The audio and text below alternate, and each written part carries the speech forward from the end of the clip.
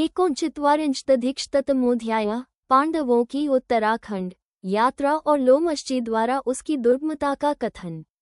लोमश जी कहते हैं, भरतनंदन युधिष्ठिर, अब तुम उशीर बीज, मैनाक, श्वेत और कालशैल नामक पहाड़ों को लांघकर आगे बढ़ाए। एक भरत श्रेष्ठ, ये देखो गंगा जी 7 धाराओं से सुशोभित हो रही हैं। ये रजोगुण रहित पुण्य तीर्थ हैं, जहाँ सदा अग्निदेव प्रज्वलित रहते हैं। 2 यह अद्भुत तीर्थ कोई मनुष्य नहीं देख सकता, अतः तुम सब लोग एकाग्रचित हो जाओ। व्यग्रता शून्य हृदय से तुम इन सब तीर्थों का दर्शन कर सकोगे। 3 ये देवताओं की क्रीड़ा स्थली है, जो उनके चरण चिन्हों से अंकित है। एकाग्रचित होने पर तुम्हें इसका भी दर्शन होगा।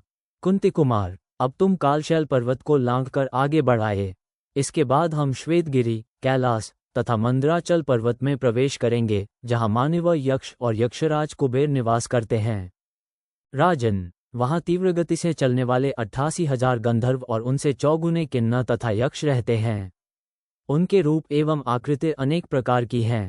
वे भांति भांति के अस्त्र शस्त्र धारण करते हैं और यक्षराज मान्यभद्र की उपासना में संलग्न रहते हैं। 6-7 यहाँ उनकी समृद्धि अतिशय बढ़ी हुई है। तीव्र गति में वे वायु की समानता करते हैं। वे चाहें तो देवराज इंद्र को भी निश्चय ही अपने स्थान से हटा सकते हैं। 8 तात युधिष्ठिर, उन बलवान यक्ष और राक्षसों से सुरक्षित रहने के कारण ये पर्वत बड़े दुर्गम हैं, अतः तुम विशेष रूप से एकाग्रचित हो जाओ। 9 कुबेर के सचिवगण तथा अन्य रौद्र और मैत्र नामक राक्षसों का हमें सामना करना पड़ेगा, अतः तुम पराक्रम के लिए तैयार रहो। 10 राजन, उधर 6 योजन ऊंचा कैलाश पर्वत दिखाई देता है, जहां देवता आया करते हैं। भारत, उसी के निकट विशालोपुरी बद्रिकाश्रम तीर्थ है। 11 कुंतीनंदन, कुबेर के भवन में अनेक यक्ष, राक्षस, किन्नर, नाग, सुपर्ण तथा गंधर्व निवास करते हैं। 12 महाराज कुंतीनंदन, तुम भीमसेन के बल और मेरी तपस्या से सुरक्षित हो, तप एवं इंद्रिय संयम पूर्वक रहते हुए आज उन तीर्थों में स्नान करो। 13 राजा वरुण, युद्धविजयी यमराज, गंगा, यमुना तथा ये पर्वत तुम्हें कल्याण प्रदान करें। 14 महाद्युते गण, अश्विनी कुमार, सरिताएं और सरोवर भी तुम्हारा मंगल करें।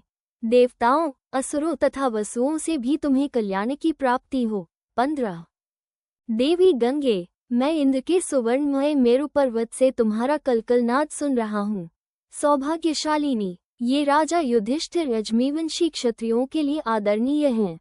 तुम पर्वतों से इनकी रक्षा कराओ। 16 शैलपुत्री, ये इन पर्वतमालाओं में प्रवेश करना चाहते हैं, तुम इन्हें कल्याण प्रदान करो।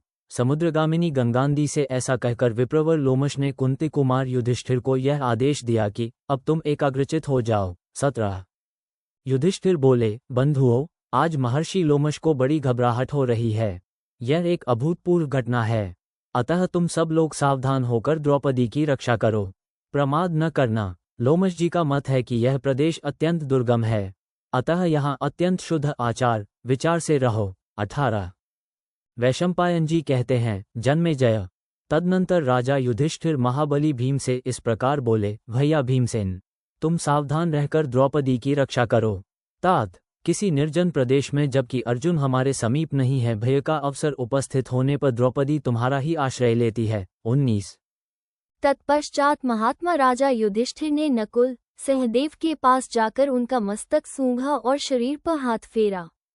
फिर नेत्रों से आंसू बहाते हुए कहा, भैया, तुम दोनों भय न करो और सावधान होकर आगे बढ़ो। 20 इति श्री महाभारते वनपर्वणि तीर्थयात्रापवनि लोमश तीर्थयात्रायां कैलासादिगिरि प्रवेशे एकोनचत्वारिंशदधिकशततमोऽध्यायः। 139 इस प्रकार श्री महाभारत वनपर्व के अंतर्गत तीर्थयात्रार्व में लोमश तीर्थयात्रा के प्रसंग में पांडवों का कैलास आदि पर्वतमालाओं में प्रवेश विषयक 139वां अध्याय पूरा हुआ। 139